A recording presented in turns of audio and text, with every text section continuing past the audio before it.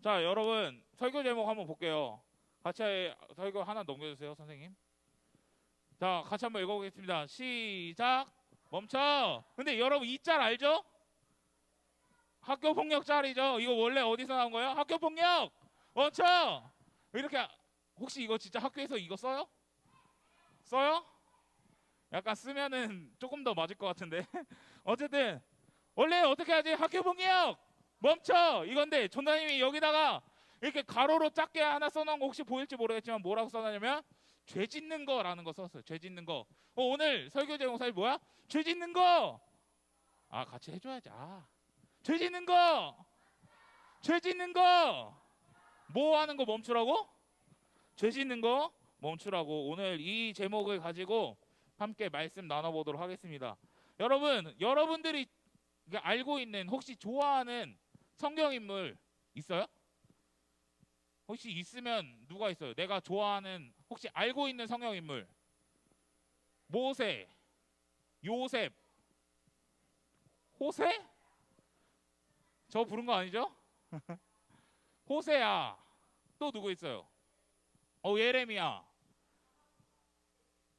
창세기는 성경 이름이잖아. 사람이 아니라. 어? 노랑머리? 너 모르겠어. 뭐? 삼손. 뭐 베드로도 있고 막 여러 성경 인물들이 많이 있습니다. 그런데 여러분, 여러분들이 얘기했던 그런 성경 인물들 중에 죄가 없는 사람이 있을까? 아마 죄가 없는 사람은 없을 거예요. 여러분 혹시 다윗이라는 사람 아나? 다윗은 여러분 그 당시에도 이스라엘의 최고의 왕이라고 불렸지만 요즘 이 시대의 이스라엘 사람들에게도 최고의 왕으로 불린 사람이 누군지 알아? 다윗이야. 그러니까 요즘에도 인기 짱이라고. 그런데 다윗도 죄가 있다 없다? 있다. 무슨 죄를 혹시 범했는지 아나? 남의 와이프를 데려다. 부부의 세계예요. 부부의 세계. 그러니까 막 이렇게 막 뺏어와요. 막 막장이야 진짜. 어쨌든 막 그러니까 여러분들, 그런 사람도 죄를 지었다 안 지었다? 지었다. 그리고 또 어떤 죄를 지었냐면은 여러분, 분명 그 자기의 죄를, 그 부인을 취한 걸, 남의 부인을 취한 걸, 그걸 없애기 위해 그 남편 우리아라는 사람을 어떻게 했지? 전쟁에서 죽게 했잖아. 그러면 이 죄를 요즘 말로 말해 이제 약간 뭐 간음죄라 해야 되나? 그런 것도? 간음죄에다가 거의 살인을 시킨 거니까 살인 교사라고 할 수 있죠. 이렇게 볼 수 있어. 여러분 혹시 모세라는 사람 아나? 모세, 이스라엘 백성을 출애굽시킨 아주 위대한 지도자 중에 한 명이 누구예요? 모세라는 사람이에요. 그런데 모세가 무슨 죄를 지었는지 아나? 사람을 죽였어요. 애굽 사람을 이렇게 쳐서 죽였단 말이야. 이게 무슨 죄예요? 살인죄를 지었던 사람이라는 거예요. 그런데 여러분, 이것처럼 아무리 위대한 인물이라고 해도, 정말 요즘에도 정말 칭송받는 인물이라고 할지라도 죄가 없는 사람이 있다? 없다라는 거예요. 우리에게는 다 죄가 있고 연약하고 넘어지는 우리의 죄성이 다 있다라는 거예요. 여러분, 우리는 어때요? 우리는 죄를 짓나 안 짓나? 혹시 죄를 안 짓는다고 말하는 사람 없겠죠? 우리가 회개해도 또 같은 죄를 이게 짓고 있을 거예요. 분명히 우리는 머릿속으로 알아요. 이 죄를 지으면 된다 안 된다 하는 걸 알까 모를까? 우리는 알아요. 이건 하면 안 돼라는 것도 알지만 여러분, 우리는 그러지 못할 때가 많이 있다라는 거예요. 죄를 범하는 것을 통해 결국에는, 그리고 하나님과의 교제를 잃어버리는 모습들이 정말 많이 있다라는 거예요.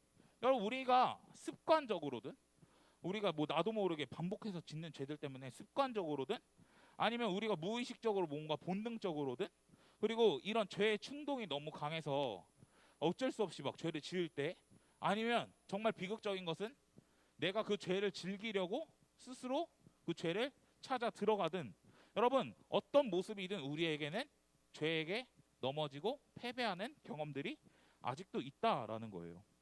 그러면 오늘 본문 말씀도 여전히 넘어지고 있는 백성들에게 요한이 이야기해주는 부분이라는 거예요. 여러분 1절 말씀을 보니까 한장 넘겨주세요.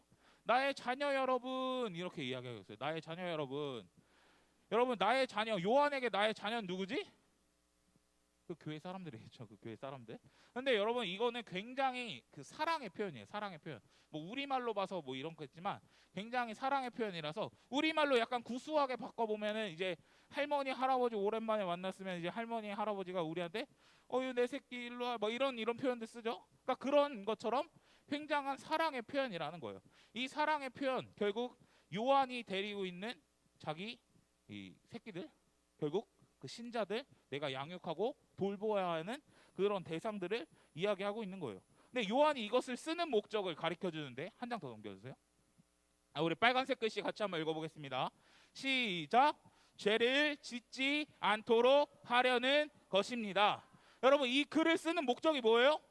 죄를 짓지 않도록 하기 위해서라는 거예요. 여러분 신자들은 누구지? 신자? 성도들은 누구야? 구원받은 사람들이 성도잖아. 그치? 예수님을 믿는 사람들이 성도잖아요. 십자가의 은혜로 우리의 죄를 씻김 받은 사람들이 신자고 성도라는 거예요. 그런데 그들은 그렇게 구원받았음에도 불구하고 여전히 어떤 모습이 있는 거예요? 죄를 짓는 모습이 있다라는 거예요. 죄를 짓는 모습이 여전히 있어요. 과거에도 죄를 지었고 구원받았지만 예수님을 믿지만 여전히 우리에겐 뭐 어떤 모습이 있던 거예요? 죄를 짓는 모습이 있다라는 거예요. 여러분 죄를 지으면 안 되는 이유가 뭘까? 죄를 지으면 안 되는 이유. 하나님과 못 있어요. 정답. 근데 가장 오늘 얘기하는 것 중에 아마 최고의 정답일 것 같아요. 혹시 죄를 지으면 안 되는 이유가 또 뭐가 있을까? 지옥 가니까. 하나님과 멀어져요. 뭐 여러 가지 있겠죠. 하나님의 뜻에 안 맞고 뭔가 율법에 순종하지 못하고 우리는 구원받은 자의 모습으로 살아가야 되는데 그렇게 하지 않으면 안 되니까 어쨌든 죄를 짓지 않아야 하는 이유는 굉장히 많아요. 그런데 요한일서에서 특히 강조하고 있는 게 있다면 전도사님이 계속 저번 주에 뭐 어떤 거 이야기했었지? 코이노니아를 이야기했었다고 한 장 넘겨주세요. 여러분 죄를 지으면 안 되는 이유가 뭐냐면 하나님과의 코이노니아를 할 수 있다 없다? 없다라는 거예요. 죄 때문에 하나님과의 코이노니아를 할 수 없다라는 게 문제예요. 여러분 전도사님이 저번에도 이야기했었는데 창세기에서 아담과 하와가 있었어요. 그들 잘 지냈다 안 지냈다? 굉장히 잘 지냈어요. 하나님과 굉장히 잘 지냈다고요. 그런데 뭐가 들어온 다음부터 하나님과의 관계가 끊겼죠? 뭐가 들어왔죠? 죄가 들어왔다라는 거예요. 그 후로는 하나님과의 이 코이노니아를 누릴 수 있었을까 없었을까? 없었다라는 거죠. 그럼 요한일서의 신자들도 구원받았고 우리도 구원받았어요. 그런데 여전히 죄의 문제로 때문에 죄의 문제가 있어서 코이노니아로 들어가지 못한다라는 거예요. 그러니 요한은 범죄하지 말고 이제는 코이노니아로 들어가라고 이 말씀을 기록한 거예요. 1절 후반절에 보면은 죄를 짓지 않는 이제 어떻게 하면 죄를 짓지 않을까에 대한 내용을 말하고 있다고 생각할 수 있는데 우리 그 밑에 절 여기 컬러 글씨 같이 한번 읽어볼게요. 시작.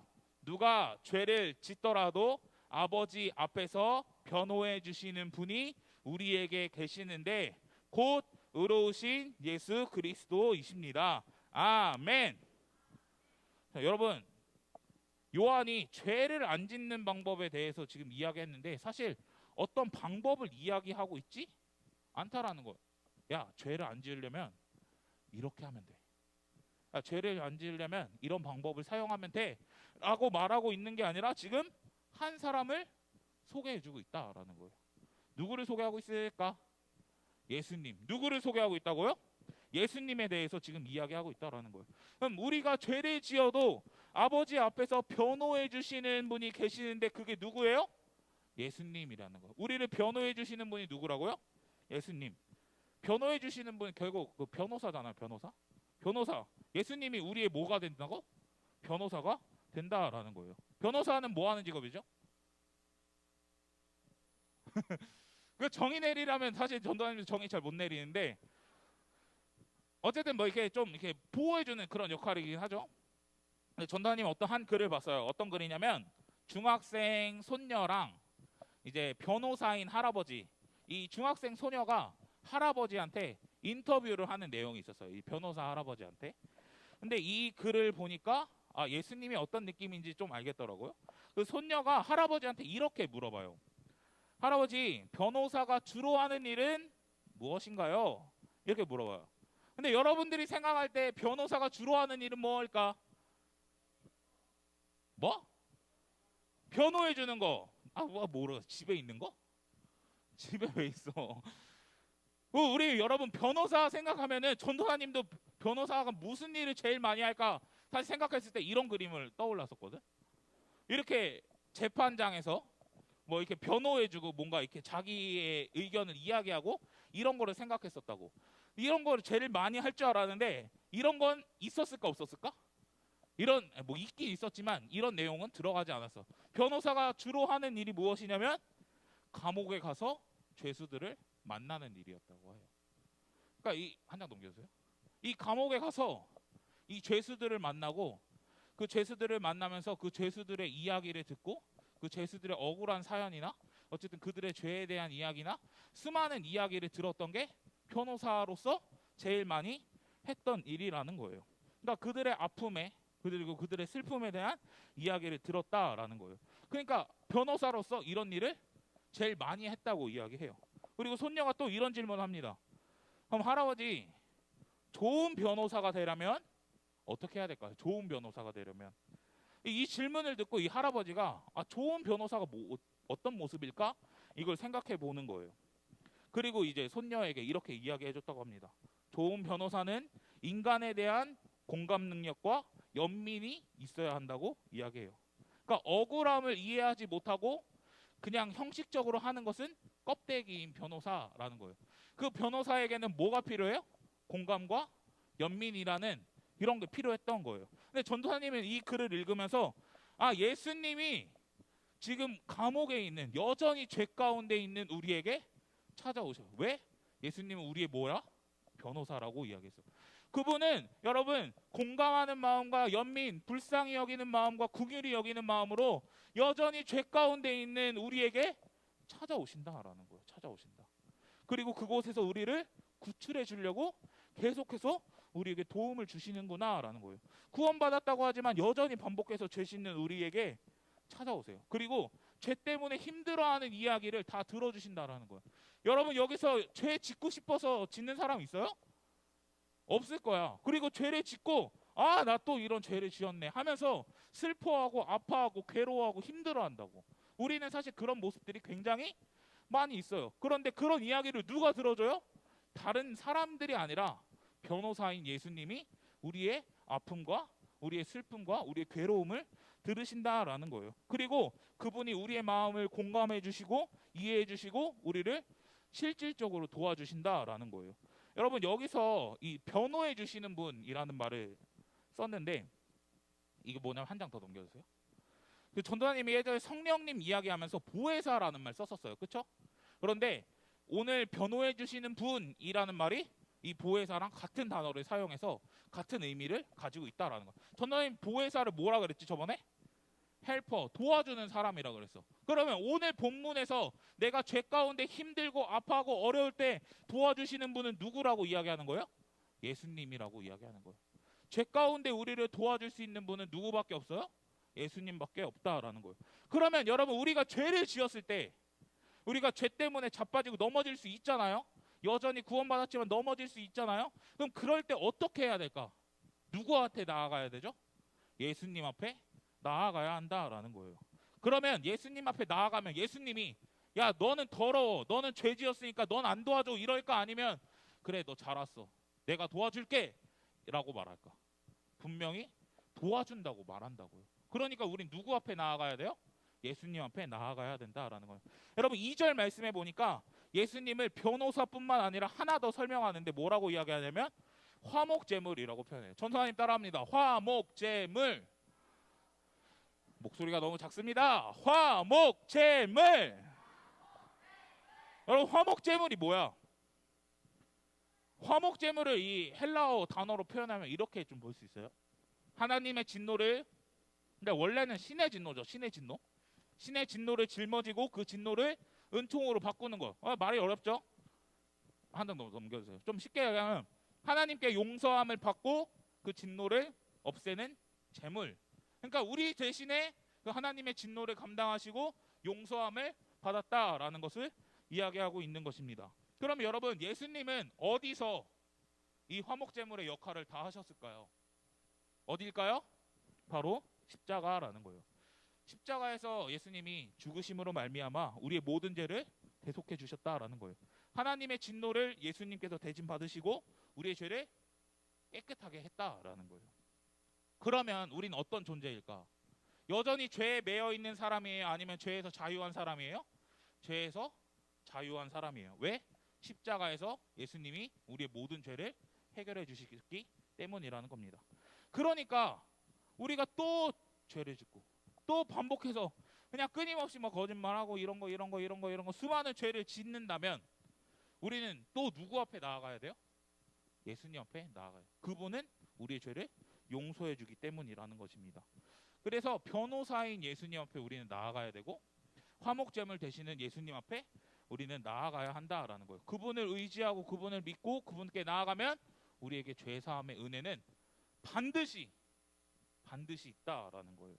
그럼 이렇게 또 질문할 수도 있을 것 같아요. 그럼 죄를 지어도 예수님이 용서해 주시니까 죄 그냥 계속 지어도 되는 거 아니에요? 이럴 수도 있잖아. 여러분, 죄를 지으면 예수님이 용서해줘요, 안 해줘요? 무조건 해준다, 안 해준다? 해준다. 우리가 회개하면 하나님 앞에 나아가면 다 해줘요. 그러면 우리 이렇게 생각할 수 있다고. 죄를 지어도 어차피 용서해 주시니까 그냥 죄 짓고 살아도 되는 거 아니에요? 이거 맞는 거예요, 아니에요? 죄 짓고 살아도 돼요?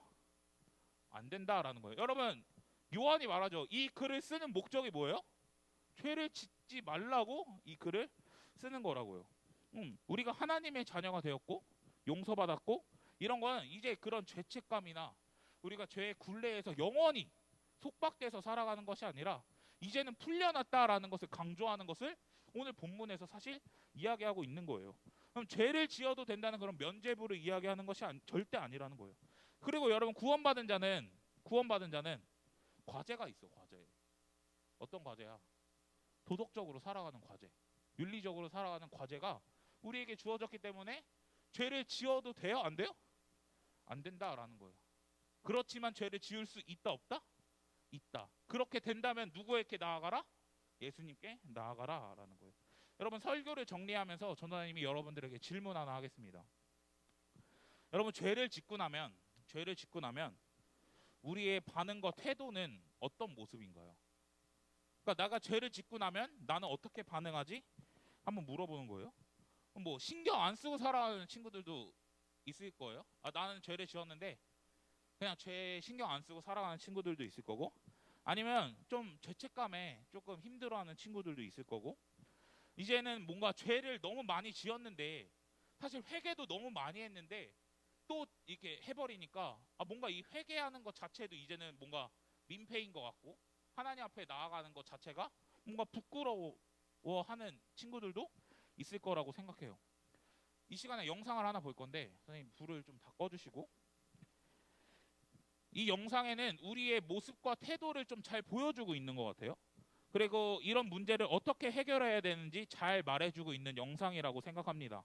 그리고 오늘 설교를 좀 잘 요약해주는 영상이라고 생각하는데 집중해서 잘 봐줬으면 좋겠고, 근데 영어로 말하는 거를 자막으로 보는 거라 여러분들 조금 보는데 어려울 수는 있지만 한번 그 글씨를 잘 읽어봤으면 좋겠습니다. Recognizing your weakness, it drives you to God, immediately to God.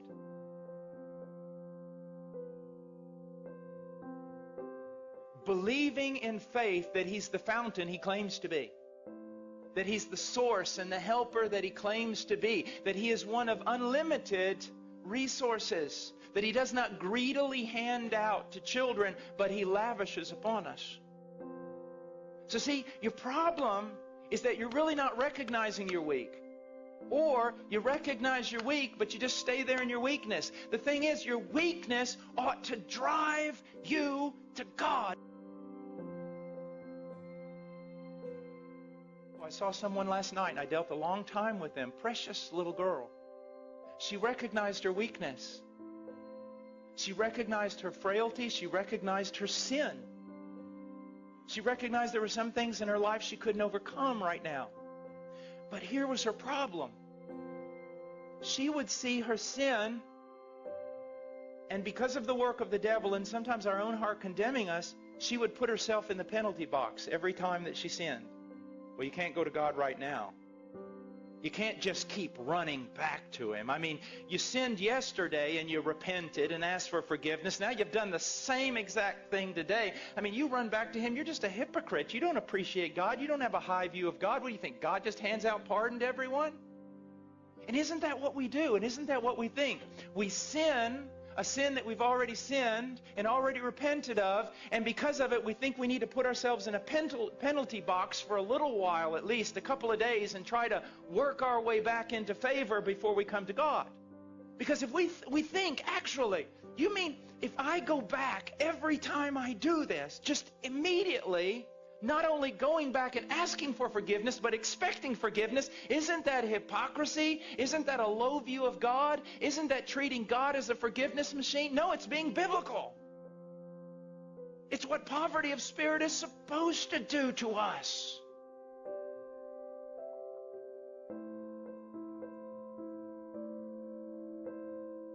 I'm talking to genuine Christians who really want to be something they are not yet. But when they find themselves frail and they find themselves weak and they find themselves sinning the same sin, they kind of huddle over here and wait.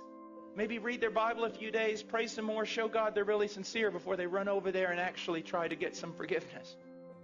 No!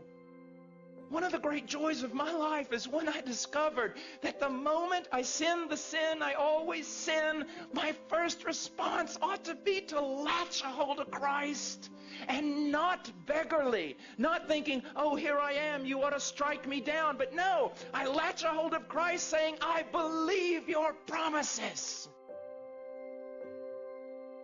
I am in a different realm. I am free. I am a saint. I've been moved out of Adam and condemnation and law. All of it was paid for on that tree. When He died, He knew all of it.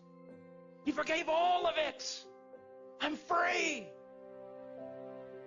It's absolutely spectacular.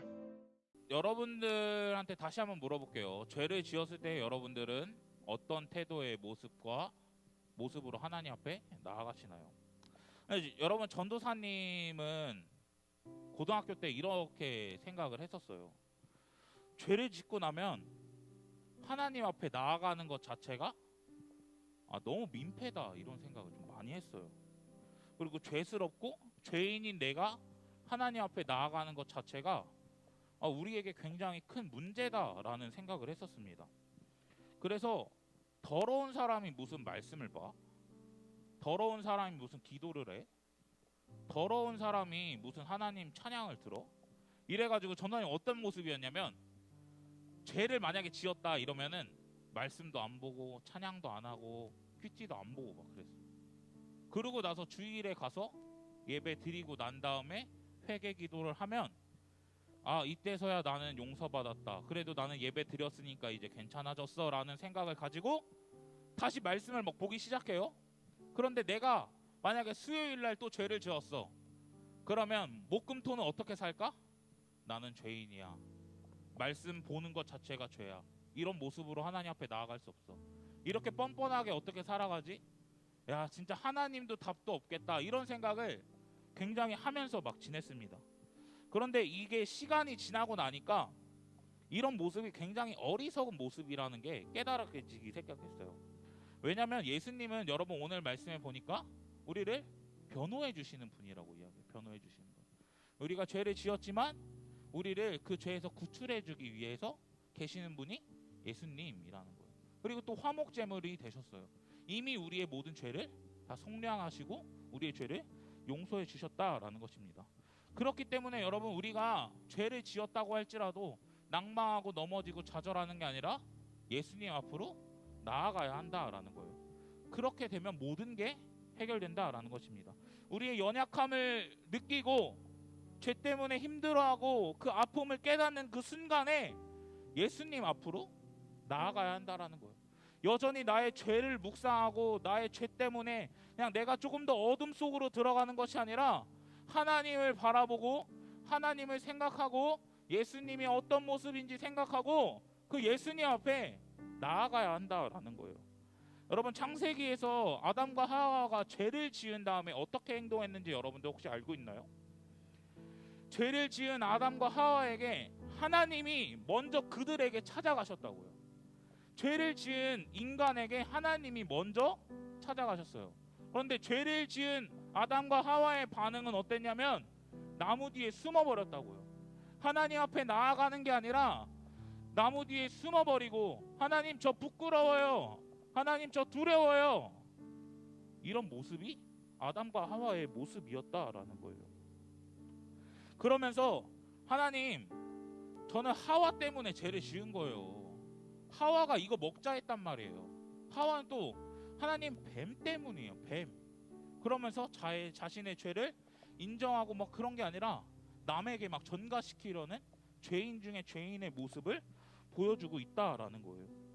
그런데 만약에 여러분, 범죄한 아담과 하와가 그들에게 하나님이 찾아왔을 때 그들이 숨어버리는 게 아니라 나무 뒤에 숨어버리는 게 아니라 하나님 앞에 나아갔다면 어땠을까요? 하나님 죄송해요. 하나님 저 이 선악과를 먹어버렸어요. 하나님 저 어떡해요? 하나님 저 살려주세요. 하나님 저 용서해주세요. 하나님 제가 죄를 지었어요. 죄송해요. 라고 말했으면 어땠을까요? 상상이지만 여러분, 아마 조금 다른 모습의 성경이 쓰여져 있지 않았을까 생각이 듭니다. 여러분, 우리 말씀 한 절 마지막으로 같이 읽을 건데, 우리가 죄를 고백하면 하나님은, 예수님은 분명히 우리 죄를 용서해 주십니다. 아멘? 아멘이에요? 그 십자가의 은혜로 우리의 죄를 용서해 주십니다. 아멘? 그 믿음으로 같이 한번 선포했으면 좋겠습니다. 요한일서 1장 9절 말씀입니다. 시작! 만일 우리가 우리 죄를 자백하면 그는 미쁘시고 의로우사 우리 죄를 사하시며 우리를 모든 불의에서 깨끗하게 하실 것이요. 아멘. 믿음으로 선포합니다. 아멘. 그러니까 여러분, 우리는 죄를 짓지 먼저는 죄를 짓지 않아야 돼요. 죄를 짓지 않아야 돼요. 죄를 안 지으려면 뭘 해야 돼요? 결국 예수님 앞에 나아가라는 거예요. 결국 예수님 앞에. 그런데 만약에 우리가 범죄에서 넘어졌어요. 내가 했던 반복하는 죄를 지었어요. 그러면 어떻게 해야 돼요? 더욱더 예수님을 붙들고 예수님 앞에, 하나님 앞에 나아가야 한다라는 것입니다. 그 변호사 대신 예수님 앞에, 화목제물이신 예수님 앞에 나아갔으면 좋겠어요. 여러분, 저번 주에도 이야기했지만 우리가 100% 하나님 앞에서 빛 가운데 걸을 때부터 하나님과의 사귐이 시작되는 게 아니라 우리가 어둠 속에 있을 수 있지만 빛 가운데로 걸어나가기 결정할 때부터, 다시 한번 우리의 마음을 돌이키고 하나님 앞으로 나아갈 때부터 하나님과의 사귐과 하나님과의 동행, 그리고 그 안에 죄사함의 은혜가 시작되는 거예요. 그러니까 우리가 너무 많은 죄를 지어서 하나님 앞에 나아가기가 좀 부끄럽고 진짜 뻔뻔하다고 얼굴에 철판 깔았네 이런 소리를 들을지언정 하나님 앞에 나아갔으면 좋겠습니다. 아멘? 아멘? 그래서 우리가 죄를 이기고 죄에서 승리하고 죄에서 자유케 되는 은혜를 예수 그리스도를 통해 누렸으면 좋겠습니다. 아멘? 마지막으로 아멘 크게 합시다. 아멘? 우리 찬양하고 같이 기도하도록 할게요.